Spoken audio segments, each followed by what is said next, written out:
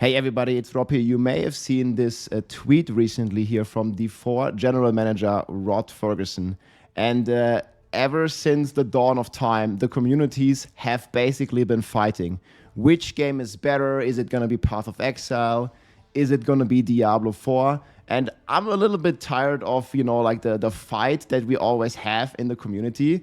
But I think Rod Fergusson, with this tweet here, added some gasoline to a fire that was already burning and burning and burning for years and years. And you can kind of see the responses here. He basically said, feels like the genre of ARPG is starting to mean a lot more things, a lot more different things. Much like Souls-like and Roguelike, I wonder if we could normalize Diablo-like for RPGs that follow the Diablo formula. And it's no secret that GGG, Chris Wilson, and a lot of other people have definitely been inspired hugely by the great game that Diablo 2 was and is to this day.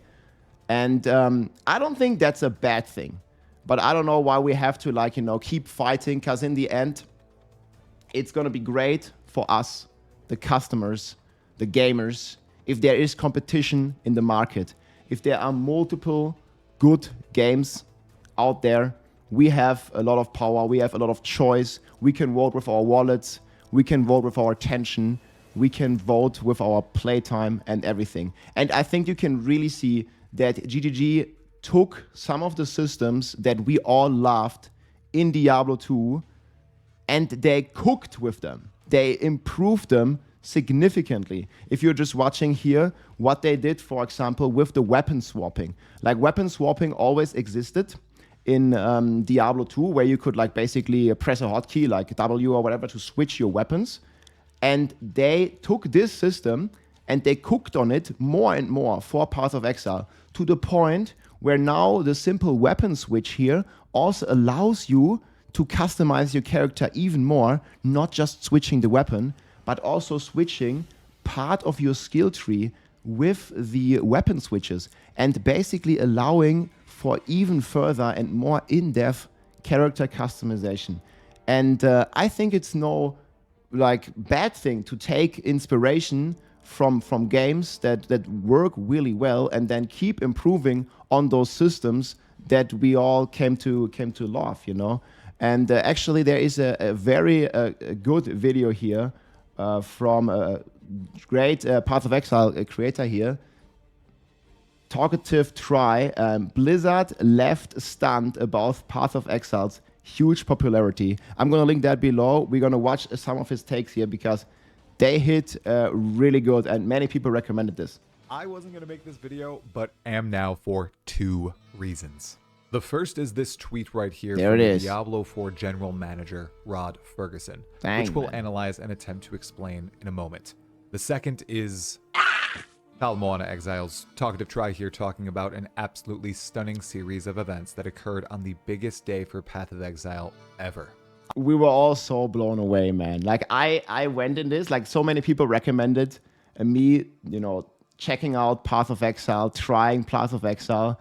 And I went into this announcement, I was already yeah, it's going to be great. And then I was completely blown away, man. There was an endgame system announced. And then I was like, okay, that looks fantastic. Infinite progression.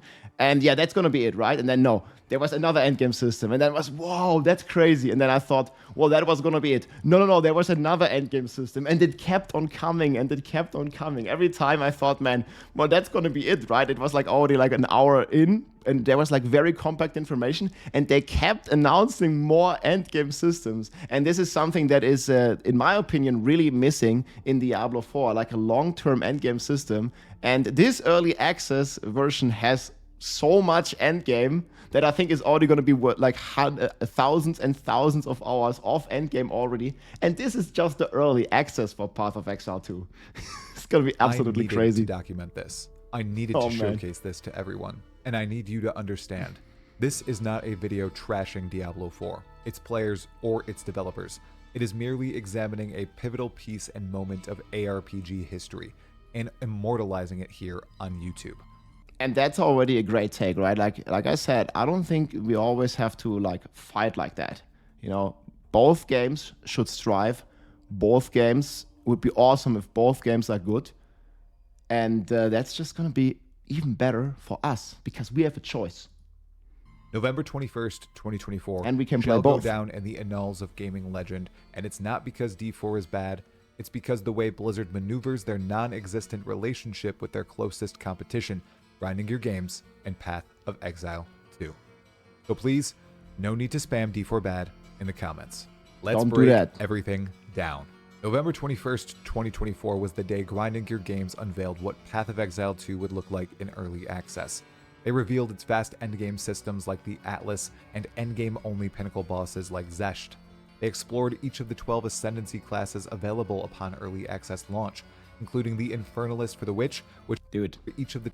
This Chronomancer, like time manipulation concept, this looks so cool to me. Like, I haven't really fully decided on my Ascendancy class, but holy moly, this is going to be so exciting and definitely a build I want to try out.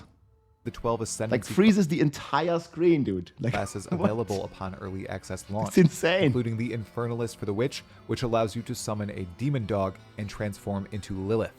They also addressed... Transform into Lilith. There she is. Blessed Mother Succubus.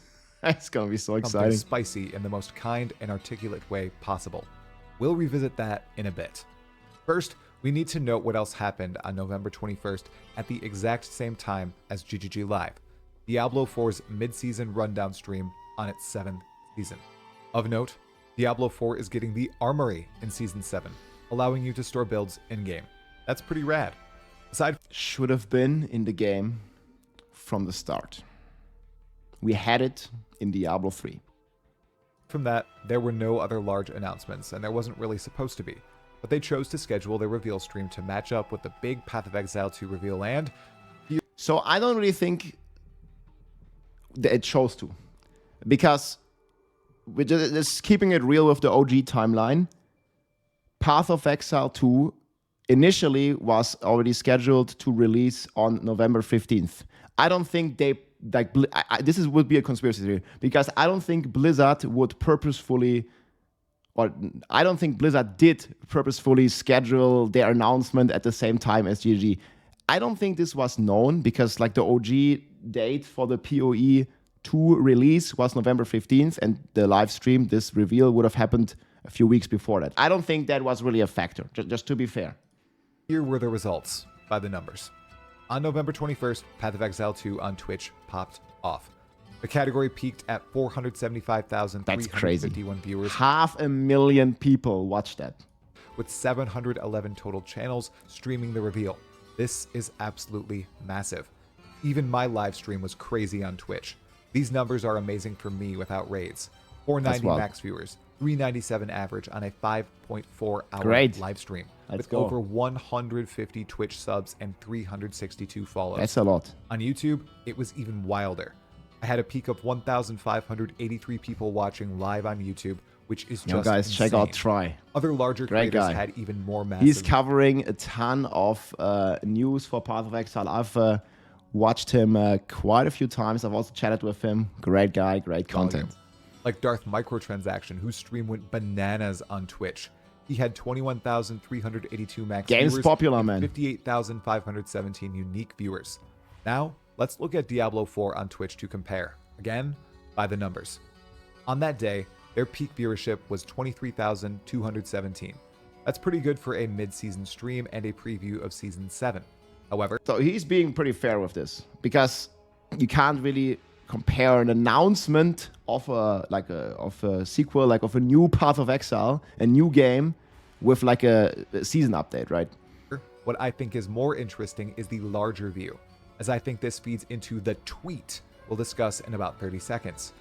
Diablo 4 viewership peaked on May 31st, 2023, with 941,488 viewers on Twitch. Almost immediately, it trails off and has never recovered at all. Yeah, I think the drop-off of players in the Vessel of Fate expansion was certainly a lot crazier than people thought. It, like, to me, guys, like, I mean, coming from Diablo 4, to me, the Vessel of Hatred launch felt in terms of interest, felt a little bit more like a season update. Not really what people were expecting from an expansion in terms of a general interest, in terms of general traffic and things like that. It was more like a good season rather than like a release of an expansion. In the slightest. D4 is Blizzard's other big live service, content-rich game alongside WoW, which also peaked years ago in 2019 in viewership, but remains steadier than Diablo 4. Funnily enough, if you compare Path of Exile to Path of Exile 2 on Twitch, this does not happen as it does to Diablo 4 and World of Warcraft. Path of Exile's viewership remains very steady every single time they release a new expansion or update. It's phenomenal. So, obviously, Diablo 4 is flailing. Blizzard is somehow left stunned about Path of Exile 2's popularity, and here is our only other exhibit of this truth. The tweet by the senior vice president and general manager of all things Diablo at Blizzard. Feels like the genre of... The timing, like, that's also what you gotta consider. Like, the timing was right after the big announcement of Path of Exile, basically. Like, right after. So I'm always like, we don't have to fight. Like, why do we rally up the communities to fight even more? Like, it should be more like harmony, right? Like, it doesn't have to be like that. Again, if both games are good, man, that's great. I just don't feel like putting more gasoline on the fire is that great. ARPG, in quotations, is starting to mean a lot of different things. Much like, in quotations, Souls-like, and, in quotations, roguelike. I wonder if we could normalize competition is healthy. Diablo-like for ARPGs that follow the Diablo formula. You don't need to go check yourself. It's real. It's verified. It's a certified fresh and hot take from the leader of Diablo and Diablo 4. Breathe that in. I'm not too sure how to honestly communicate how wild this is. My perception is that Rod either lives in a bubble or was aching for some fire to fly his way to get some engagement. You'd imagine after your biggest competition showcases something incredible, concepts made reality, that WoW haters, lovers, and people not even interested in Path of Exile 2, that you'd take a step back and say, huh, I bet we could learn from that. Exactly. 100%. Instead, Rod decided... Especially if so many ideas and concepts are taken from their own IP, Diablo 2, right?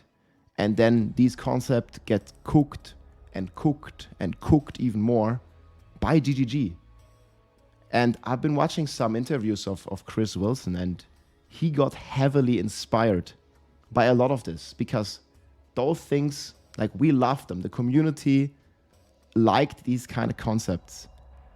But for some reason, only very few of those concepts are in Diablo 4. Take the rune words, for example. Take the itemization, for example. In Diablo 4 right now, half the items are useless. There's no, and I've given this feedback many times, there's no reason to pick up a white item, a magic item, a rare item in Diablo 4. They're completely useless. They're completely useless. And in Diablo 2, this was completely different.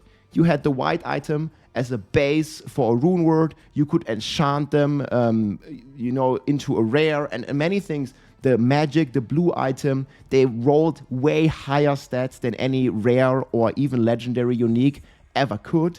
So they had a use case as well. And then we have the rare items that can roll even more affixes and potentially be, in Diablo 2, the best item of the game. Again, in Diablo 4, completely useless. And then another example is rune words and the concept of rune words. To retreat into this tweet. He stuck his head in the sand like an ostrich and started to scream. Let me just read it one more time. Feels like the genre of ARPG is starting to mean a lot of different things. Much like Souls-like and roguelike, I wonder if we could normalize Diablo-like for ARPGs that follow the Diablo formula. The crazy thing is, the dude is right. The genre does mean many different things, and Diablo's biggest competitors are doing something incredible and bold, but instead of giving them a kind bow or not saying anything, Rod went out and seriously pitched other games be implicitly named after the series he currently oversees, and if they stray too far, then they cannot be compared to his precious Diablo. And this was in a time where the community was like desperate to get like some cool ARPGs, some nice updates, right? So again, the timing was just not great. This is hilarious, and what so many people have said for years in a way about Diablo 4 and Path of Exile. But now the dude in charge is saying it too in a thinly veiled manner, and it's the only thing he'll ever say about Path of Exile and grinding gear games. I don't think that's true. I think there will be follow-ups. I mean, I hope there will be follow-ups on this. Like, again, competition is good. Competition is healthy in a market. And I think you can always learn either from your mistakes, from your past successes, from everything. And you can always strive to, make better video games. Competition like this will lead to better video games. Having Path of Exile out there will make Diablo 4 better long run, or Diablo better in the long run. And having Diablo out there will also make Path of Exile better. That's just going to be how it's going to go, because they're both competing for... there is certainly an audience overlap, and a pretty big one in the ARPG market. But again, Diablo 4 has a way better way to attract like new and also casual players, where Path of Exile is a bit more elite, at least Path of Exile 1. And Path of Exile 2 now we'll have to see how they're going to bridge this gap, how they can attract new players. I think with this current updates of what they did to simplify, for example, the skill system and to simplify like the league mechanics and stuff, there's a great opportunity there. But in the end, I don't think Path of Exile 2 is going to be a game much catered to casual players, at least not to the degree that Diablo 4 is, especially in the early game. Essentially, he's trying to say Path of Exile 2 isn't a Diablo-like anymore, so it cannot be compared to Diablo 4, and people should stop trying to match up the two, which is just absolutely massive cope. What's even crazier is the term Diablo-like has been around forever, since the days of Diablo 1 and Diablo 2, and it's how grinding gear games described their own game.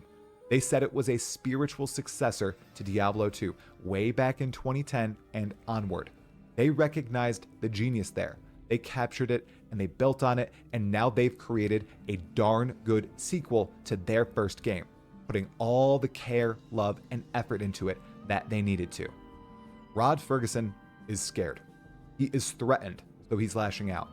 I've dealt with this in creating content on YouTube and in my workplace. It's plain to see. Grinding Gear Games has made something tremendous with Path of Exile 2. They did. It has Blizzard shivering, and the game isn't even out yet. You know what this reminds me of? All the game... Again, this is the early access, boys. This is the early access. They probably have more content than any other ARPG out there in the early access, dude. This is only gonna get crazier from here. Developers coming out and saying to not expect games in line with the quality of Baldur's Gate 3 after its tremendous success on release. Yeah, I think that's a true barkeep. Like, in general, Diablo is a bigger franchise, is a bigger IP, right? A bigger brand name. We'll see how that's gonna be in 5 years from now, right? But right now, many more people know the Diablo name than the Path of Exile name. And I'm pretty sure Diablo has made a lot of money and will probably continue to make a lot of money. And that's not necessarily a bad thing, having both games out there, both games being successful, that's great. But Diablo is not gonna die, guys. The same way as Path of Exile is not gonna die. It's not that's not how it works. One game doesn't need to die for the other to succeed. They can both succeed. In fact, I would like if there are more games like this. That would be crazy cool for us as a gamer. BG3 was an anomaly, a standard other devs shouldn't be held to. That was a hilarious line of logic, and Rod seems to be going down the same path and sniffing the same copium. What's even juicier is that Grinding Gear Games acknowledged this issue in the ARPG genre, that the ARPG genre has problems with endgame content delivery and iterating on systems, and they decided to refocus their efforts on doing exactly that for their huge. Diablo works great for a new player. You basically have no hurdle of entrance. You can jump right away. It's not complicated, but still has some depth to it. Not the depth that Path of Exile in the end game has, but there's definitely stuff to do. But the focus of Diablo, to me, as a player that plays quite a lot, is definitely towards a more casual audience. Like, people meme on it. It's like the gamer dad, that has 3 wives, 5 jobs, 11 children. He comes home after a hard day of work. He sits on his couch. He's probably logging in on his PlayStation, on his Xbox. And he's just playing the game for an hour or two. And then he's going to go on with his day. And next day he repeats, right? And these people don't have the time and stuff. But there's many of them. And they certainly have a lot of disposable income. And they have... they like the game, right? For them, they don't need a game where you have to focus. Yeah, Elon. They don't need a game where you have to focus hundreds and hundreds of hours to even understand, what's going on. And this has basically been at least what Path of Exile has been described to by its own audience, by its own community. People have been memeing and joking that, if you have less than, say 1,000, or even if you have 1,000 hours played in Path of Exile, you're still considered a beginner because the game is just so crazy complex at the high levels. And, a lot of people, they just don't have time for that. So definitely, both games can fully coexist. Launch. Something that they didn't do with Path of Exile 1, Diablo 4 hasn't done, and Last Epoch didn't do either. They recognized this and decided to act instead of just complaining. Immediately as he saw the genius Path of Exile 2 presentation, he knew what could potentially happen. If Grinding Gear Games succeed in their goal, crafting a game just as deep as Path of Exile 1, with a far better onboarding system, with clear explanations of crafting, skills, the campaign, endgame, and everything else. And this has definitely been the weak side. This has been the weak side for Path of Exile. The level of entry in PoE 1 is just so crazy high. This is one of the reasons why I never really got into the game. It's just I felt like I have to go study. I have to achieve my PhD in order to even begin to play the game. It's crazy. It's probably not true, but people have been saying this to me all the time, and there's certainly some hurdles, and that's a lot of potential where it looks like PoE 2 will do way better. Diablo 4 is cooked, and Rod, thereby, is also cooked. Path of Exile 2 is looking stellar, and he knows it. Coincidentally, I'm chatting with one of the people in charge of Path of Exile 2 live on Twitch and YouTube on November 26th at 5 p.m. Eastern Time, 11 o'clock p.m. That's great, guys. That's in 2 days. TMC with Jonathan. If you'd like to tune in live, make sure to subscribe here on YouTube or follow me on Twitch. Additionally, like the video if you ended up liking it. It really helps and is completely free. That's cool, guys. Yo, that was a great video here. Check out Try. Already subscribed, already in. Yeah.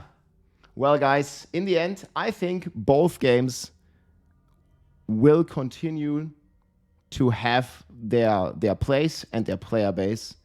We will see how it's all going to shake up.